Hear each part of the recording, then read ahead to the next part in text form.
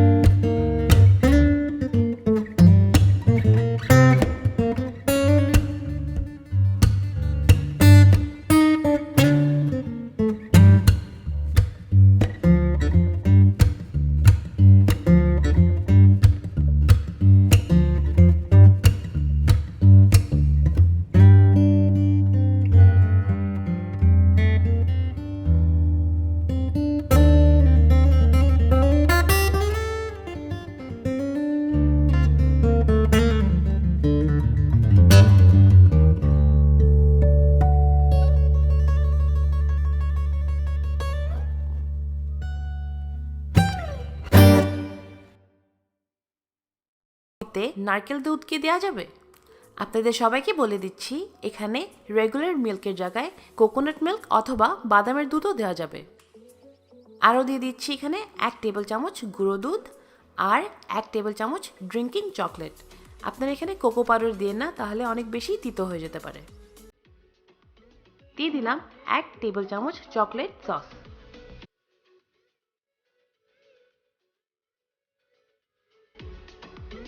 মিষ্টির জন্য এখানে দিয়ে দিচ্ছি আমি 2 চা চামচ চিনি আর বরফ 2 থেকে 3টি। ব্লেন্ড করলেই তৈরি হয়ে যাবে আপনাদের সবার জন্য মজাদার চকলেট কোল্ড কফি।